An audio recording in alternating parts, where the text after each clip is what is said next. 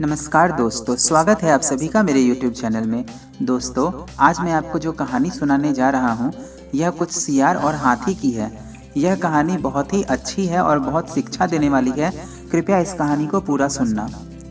एक बार एक बहुत ही घने जंगल में एक बहुत ही शक्तिशाली हाथी रहता था। उसका शरीर बहुत ही हृष्ट-पुष्ट था और मांस से भरा हुआ था।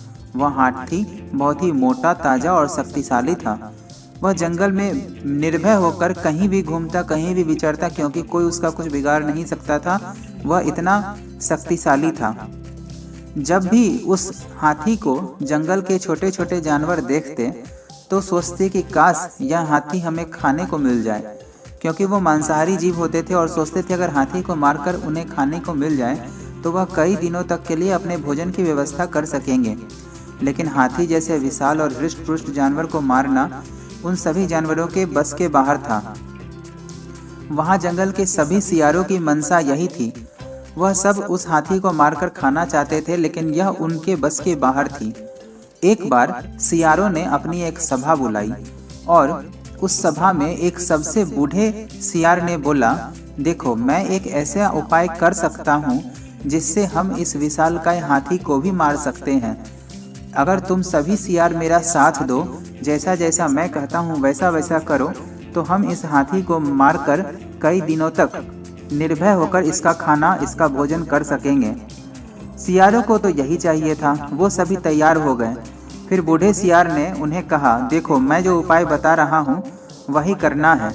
उसके बाद अगले दिन बूढ़ा सियार आगे होकर अपने सभी सियार साथियों को पीछे पीछे लेकर उस हाथी के पास गया।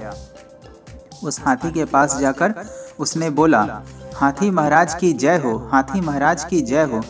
अब अपने लिए महाराज शब्द सुनकर हाथी थोड़ा खुश भी हुआ, लेकिन थोड़ा चौंक भी गया और बोला, अरे सियार, तुम लोग कौन हो? मेरे पास क्यों आए हो और मुझे महाराज कहकर क्यों बोल रहे हो? तब बूढ़े सियार ने कहा, महाराज, हम सियार हैं, हम इस वन में रहते हैं और हमारा कोई राजा नहीं है। इस पूरे जंगल का कोई राजा नहीं है, जिस कारण यहाँ पर अव्यवस्था फैल रही है। आप सबसे शक्तिशाली हो। इस जंगल में आपको हराने वाला कोई नहीं है। आप सर्वशक्तिमान हो। आप जहाँ भी चाहो वहाँ जा आ सकते हो, किसी को भी दंड दे सकते हो और किसी का भी उद्धार कर सकते हो। आपसे जैसा शक्तिशाली जानवर इस जंगल में कोई है ही नहीं। इसलिए इस जंगल का राजा बनने का अधिकार सिर्फ आपको ही है। कृपया आप महाराज बनने कर हम सभी जंगलवासियों का उद्धार करें। बूढ़े सियार की चिकनी चुपड़ी बातों में वह हाथी आने लगा।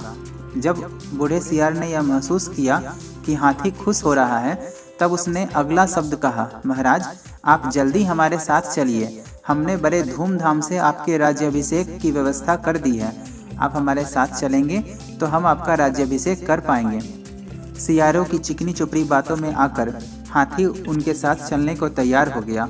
हाथी ने कहा, यह तो सच है कि मेरे से ज़्यादा शक्तिशाली जानवर कोई है ही नहीं। उसके बाद वह सियारों के साथ उनके पीछे पीछे चलना शुरू कर दिया।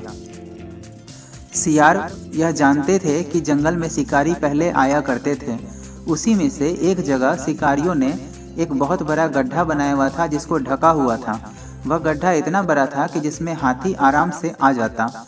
अब हाथी को वह सब उसी रास्ते से लेकर जा रहे थे।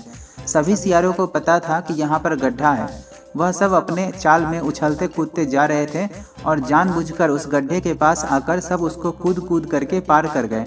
लेकिन हाथी जैसे ही वहाँ पहुँचा, उस गड्ढे को पार नहीं कर पाया और उस गड्ढे में गिर गया। जैसे ही हाथी वहाँ पर गिरा तो वहाँ से निकलने का बहुत प्रयास किया, लेकिन वहाँ से निकल नहीं पाया। वह चिल्लाने लगा और सहायता के लिए सियारों को पुकारा।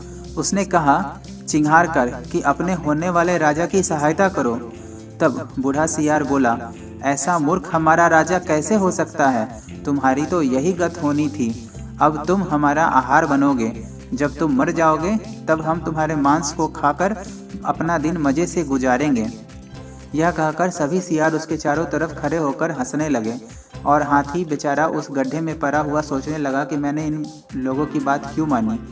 इसके बाद एक सियार आया, बोला कि नहीं हाथी महाराज, आप चिंता मत करो, मैं आपके लिए कुछ फल लाया हूँ। वह फल बोलकर उसने हाथी के उस गड्ढे में गिरा दिया, लेकिन वह फल सही नहीं थे। हाथी कुछ ही दिनों में बीमार होने लगा और उस जगह से नहीं निकल पाने के कारण वहीं मर गया। सभी सियार इसके बाद उस हाथी के ऊपर टूट पड़े और बहुत दिनों तक उसके मांस का भक्षण करते रहे। इस प्रकार अपनी मूर्खता के कारण वह हाथी मारा गया और सियारों ने अपने बुद्धि का प्रयोग करके दावत को उड़ाया। दोस्तों, यह कहानी हमें बहुत सारी शिक्षा देती है।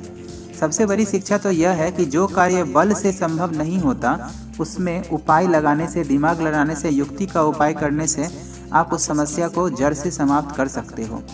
लेकिन साथ में यह कहानी हमें यह भी शिक्षा देती है कि हमें इसी प्रकार किसी की बातों में नहीं आ जाना चाहिए। जो लोग ज़्यादा मीठा बोलते हैं उनके हाथ में चाकू भी रहता है, जो आपके पीठ पीछे वह घोंपा करते हैं। आपके साथ बहुत बार ऐसा हुआ होगा, आपने महसूस किया होगा कि आप भी ऐसे ही ठगे गए हो जिस प्रकार वह हाथी ठगा गया। इसलिए अगर कोई आपसे बहुत मीठा बोलता है और आप किसी के ऊपर भी आंख बंद करके भरोसा करते हो तो ऐसा करना नहीं चाहिए, क्योंकि आंख बंद करके भरोसा करने का परिणाम आपने देख ही लिया कि क्या होगा। इसलिए दुनिया में सतर्क होकर के ही रहें, सब पर विश्वास करें, सब पर भरोसा करें, लेकिन एक सीमा तक। अपना नुकसान कभी नहीं होने दें। आशा करता हूँ कि आपको कहानी पसंद आई होगी। दोस्तों, अगर कहानी पसंद आई तो कृपया कर मेरे चैनल को सब्सक्राइब जरूर करना और वीडियो को लाइक करना। धन्यवाद।